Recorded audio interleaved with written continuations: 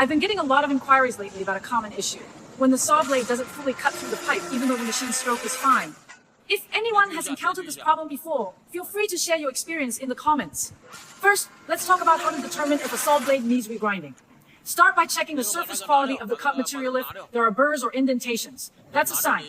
Next, listen for any unusual vibrations or noises from the machine. Finally, stop the machine and inspect the blade teeth for deformation. If your blade is sparking like the one in this video, it's definitely time for a replacement. Overheating causes the teeth to lose their hardness, making cutting ineffective. Does this sound like the issue you're facing? If you're experiencing sawing problems, feel free to message me anytime. I don't just understand saw blades, I know sawing equipment inside out. Follow me for more insights.